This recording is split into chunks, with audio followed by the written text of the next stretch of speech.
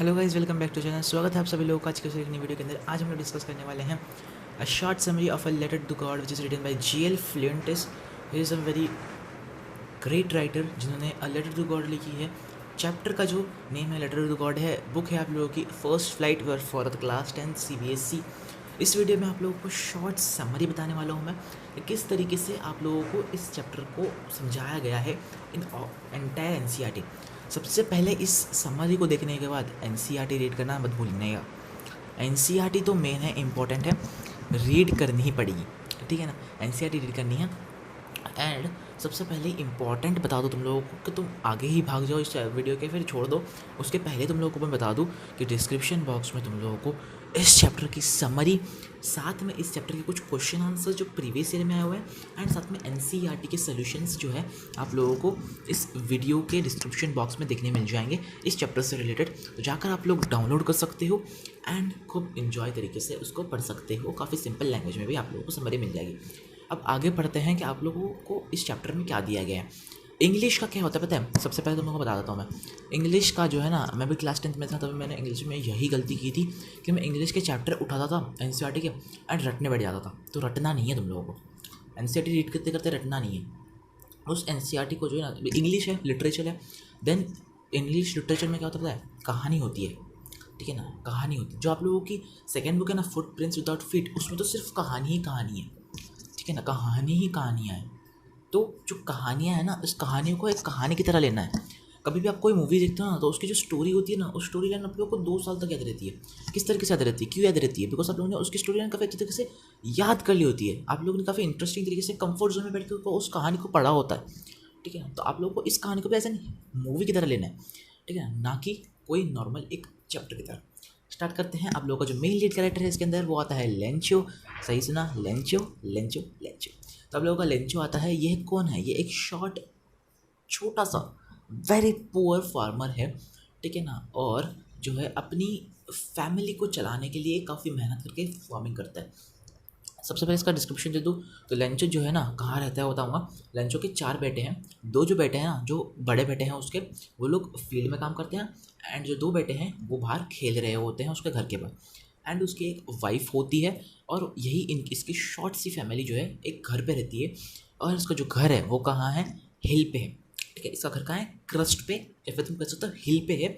And हिल पे इसका घर जो है ना, इसके घर के पास से ना काफ़ी ब्यूटीफुल सिनेरियो आता है, ब्यूटीफुल व्यू आता है आप लोगों को। और इसके घर के पीछे एक काफ़ी अच्छी सी नदी बह रही होती है जो कि काफ़ी ब्यूटीफुल लगती है देखने के लिए। इस तरीके से आपकी जो कहानी है उसको स्टार्ट किया गया है, एक ब्यूटीफुल सिनेरियो की तरह से जो है समझाया गया है। उसके बाद स्टोरी आगे बढ़ती है। आगे बढ़ने के बाद आप लोग को पता चलता है कि जो है ना, जो लेंचो होता है फार्मर होता है, ठीक है। फार्मर को क्या चाहिए कि उसका क्रॉप्स अच्छी तरीके से ग्रो हो एंड काफ़ी प्रॉफिट हो उस क्रॉप्स की मदद से, एंड काफ़ी लोगों को उसके क्रॉप से काफ़ी बेनिफिट्स हो। तो जो है वो क्रॉप्स उगाता है फार्मर। अब एक दिन अचानक क्या होता है पता है? जब लेंचो जो है ना अपने घर के बाहर खड़ा होता है, तो आसमान में जब वो देखता है तो आसमान में काफ़ी ब्लैक क्लाउड्स आ जाते हैं, मतलब काले बादल आ जाते हैं। एंड काले बादल देख करके वो काफ़ी खुश हो जाता है। उसको लगता है कि बारिश होने वाली है, ठीक है ना।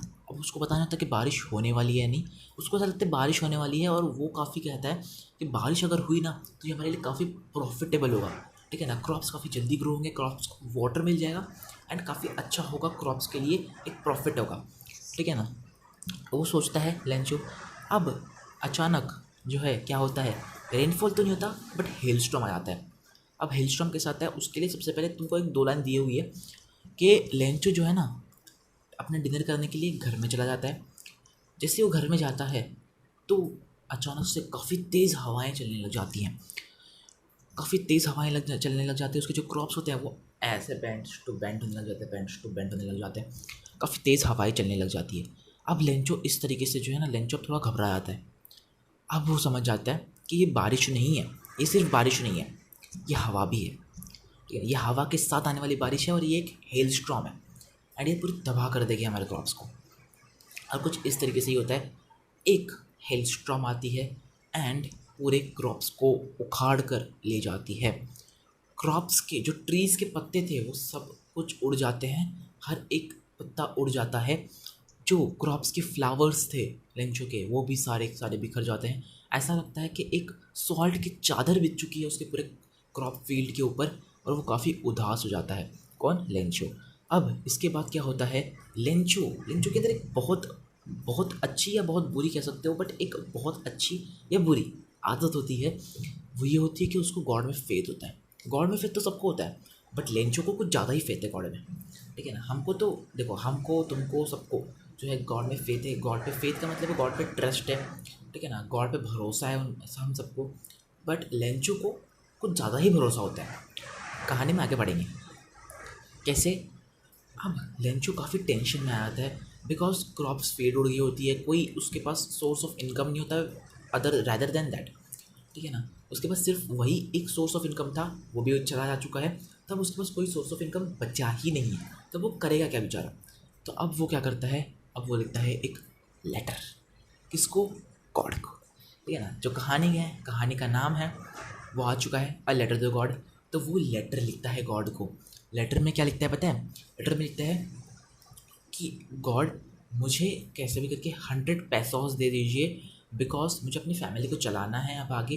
ठीक है ना। मुझे रिकवरी करनी है और इतने दिन महीनों तक मुझे अपनी फैमिली को भूखा नहीं रखना है। कुछ खाने के लिए मुझे कुछ पैसे दे दीजिए। और वो पैसे कितनी मांग करते हैं? 100 पैसोस की। 100 पैसोस क्या है? अमेरिकन, लैटिन अमेरिकन की एक करेंसी है, उसको पैसोस कहते हैं। तो वो 100 पैसोस मांगता है। किससे? हमारे गॉड से। अब उसको गॉड पे काफ़ी फेथ होता है, तो वो गॉड से मांग लेते हैं। और उसको इतना भरोसा होता है ना कि गॉड उसको उसके लेटर को जो है ना फिर से रिटर्न रिप्लाई देंगे। ठीक है ना। देख रहे हो, उसको बिल्कुल ऐसा वियर्ड नहीं लगता। हमको ये सोचने पे काफ़ी वियर्ड सा लगने लग जाता है कि गॉड को लेटर लिखा जा रहा है। ठीक है ना। गॉड का एड्रेस तो किसको पता भी नहीं है कहाँ है। ठीक है ना। पहुँचेगा कैसे लेटर उनके तक? गॉड रिप्लाई देंगे या नहीं देंगे? गॉड को कैसे लेटर लिख सकते हैं? काफ़ी वियर्ड लगने लग जाता है माइंड में। कुछ सोचो। ठीक है ना। बट जो हमारे लेंचो भाई साहब होते हैं, इनको बिल्कुल वियर्ड नहीं लगता। इनको तो उल्टा ऐसा लगता है कि मुझे तो रिप्लाई भी आएगा गॉड की तरफ से। इतना भरोसा है लौंडे को। देख रहे हो ना। अब बंदा क्या करता है, जो पोस्ट बॉक्स होता है ना उसमें जाके अपना लेटर डाल देता है। अब जो हमारे जो पोस्ट मैन होता है, पोस्टमैन होता है, वो आते हैं, लेटर निकालता है एंड ऑब्वियसली लेटर का एड्रेस देखेगा कहाँ लेटर को पहुँचाना है। अब वो जब लेटर का एड्रेस देता है तो वहाँ लिखा होता है गॉड, टू गॉड। अब वो पोस्टमैन भी पहले दिखने के बाद 2-4 मिनट तक हंस लेता है, क्योंकि तुम भी हंसोगे। वो पोस्टमैन 2-4 मिनट तक हंस लेता है। उसके बाद वो सोचता है कि भाई इसका पता हमको पता कैसे चलेगा। गॉड का जो एड्रेस है वो किसी को पता ही नहीं है, पूरी वर्ल्ड में किसी को नहीं पता गॉड का एड्रेस क्या है। मैं जाकर पहुंचाऊंगा कैसे इस लेटर को? तो वो काफ़ी टेंशन में आता है। तो वो जो है उस लेटर को लेकर के कहा जाता है पोस्ट मास्टर के पास। जो पोस्ट मास्टर होता है ना, पोस्ट ऑफिस का जो हेड होता है पोस्ट मास्टर के पास जाता है। अब पोस्ट मास्टर काफ़ी क्लेवर होता है, काफ़ी थोड़ा सा फैटी पर्सन होता है एंड काफ़ी क्लेवर होता है एंड काफ़ी अच्छे स्वभाव का होता है, अच्छे नेचर का होता है, ऐसा कहानी में बताया गया है। सबसे पहले लेटर को देखते ही पोस्ट मास्टर भी 2 मिनट हंसता है। उसके बाद वो थोड़ा सीरियस हो जाता है बिकॉज वो कहता है, वो सोचने लग जाता है कि ये लेटर काफ़ी सीरियस वे में लिखा गया है। जो लेंचो ने लिखा है काफ़ी सीरियस वे में लिखा गया है, हमको उसको मजाक नहीं उड़ाना चाहिए एंड इसका जो सम्मान करना चाहिए। और हम लोगों को ये देखना चाहिए कि लेंचो को कितना ज़्यादा फेथ है गॉड के अंदर, और हमें उसका ट्रस्ट जो गॉड के ऊपर है उसका टूटने नहीं देना चाहिए। तो जो पोस्ट मास्टर होता है ना, वो 100 पैसे जमा करने लग जाता है। वो अपने सारे एम्प्लॉयज़ के पास से कुछ पैसे इकट्ठा करता है, साथ में अपनी सैलरी से भी कुछ पैसे डिडक्ट कर देता है एंड जो है पैसे जमा करता है। एंड अराउंड वो कितने पैसे जमा कर पाता है? 70 पैसोस। ठीक है ना। वो ओनली 70 पैसोस जमा कर पाता है, बट 30 पैसोस उसके पास से रह जाते हैं। अब 2 दिन बाद लेंचो फिर से पोस्ट ऑफिस आता है। अब बंदे को इतना भरोसा ज़रूर है कि लेटर गॉड तरफ से रिटर्न रिप्लाई आया ही होगा। ठीक है ना। रिप्लाई आया ही होगा। अब वो लेटर खोलता है, वो देखता है उसके अंदर सिर्फ 70 पैसोस है। अब उसको बिल्कुल भी अजीब नहीं लगता है। ठीक है ना। अब उसको बिल्कुल अजीब नहीं लगता कि भाई रिप्लाई आ कैसे गया, पैसे आ कैसे गए। ठीक है ना। उसको बिल्कुल अजीब नहीं लगता है। वो तो उल्टा गुस्सा हो जाता है। किस चीज़ पे गुस्सा हो जाता है? कि मैंने आपसे 100 पैसोस मांगे थे गॉड, मेरे को सिर्फ और सिर्फ 70 पैसोस मिले, 30 पैसोस तो गायब है इसके अंदर से। तो अगेन वो लेटर लिखता है, पेन और पेपर उठाता है ऑफिस में से एंड अगेन वो लेटर लिखता है गॉड को। और उस लेटर में वो लिखता है गॉड से कि गॉड आपने जो पैसे भेजे हैं ना वो हम मुझे सिर्फ 70 पैसोस मिले, ना कि 100 पैसोस। मुझे और 30 पैसोस चाहिए बिकॉज मेरे को अपनी फैमिली को आगे चलाना है। साथ में ही मुझे खाने के लिए भी काफ़ी मटेरियल लगेगा, मतलब खाने के लिए मुझे अपनी फैमिली को ध्यान रखना है, उसके मुझे काफ़ी पैसों की ज़रूरत पड़ेगी और मुझे 30 पैसों की ज़रूरत पड़ेगी। 70 पैसों में घर नहीं चलने वाला मेरा।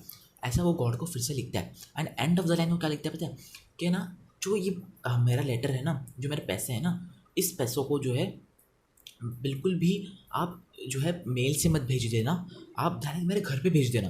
क्योंकि जो मेल पे अगर आप भेजोगे ना, तो यहाँ के जो एम्प्लॉयज़ हैं, यहाँ के जो पोस्ट मास्टर है, पोस्ट ऑफिस है, जो पोस्ट ऑफिस में काम करने वाले जितने भी एम्प्लॉयज़ हैं ना, सारे क्रूक, बताया गया है कि सारे के सारे ना, जो पोस्ट मास्टर को बताया गया है कि सारे के सारे जो है ना आयरनी, मतलब बताया गया है कि क्रॉकर्ड है, ठीक है, एम्प्लॉयज़ जो है ना सारे के सारे क्रॉकर्ड है, और ये सारे सारे चोर है। ये सारे सारे जो है ना, सारे के सारे एम्प्लॉय जो है ना क्रोकड है और चोर है, मेरे पैसे चुरा लेंगे, ऐसा बता दिया लेंचो ने, गॉड को लेटर में लिख दिया।